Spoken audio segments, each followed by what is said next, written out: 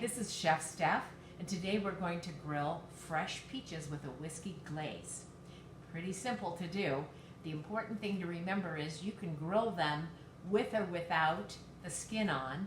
The skin is going to hold them together a little bit better, but some people don't like the taste or the feel, the mouthfeel of a peach. Fresh peaches you can get at the farmer's market.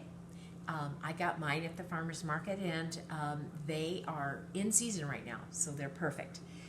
You're going to need a good, wonderful whiskey. Honey whiskey will work. I'm using bourbon today, and then a squirt of honey, and you're going to put that together in a bowl and need a brush to brush it onto the peaches.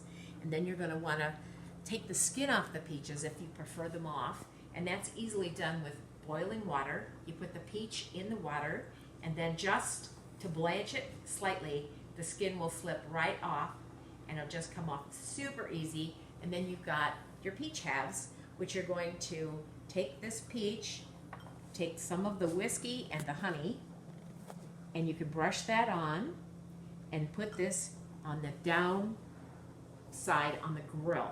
And you're going to let it grill as long as it takes to get some nice grill marks, and you'll know your grill how long that's going to take. Then you're going to want to twist it 45 degrees and put it down again on the grill, and then you will turn it over and see a beautifully toasty peach half that has a slight glaze on it from the honey and the whiskey, and it's got an additional oomph to the flavor. This is a very simple recipe. You can use other whiskeys and you can use other fruit.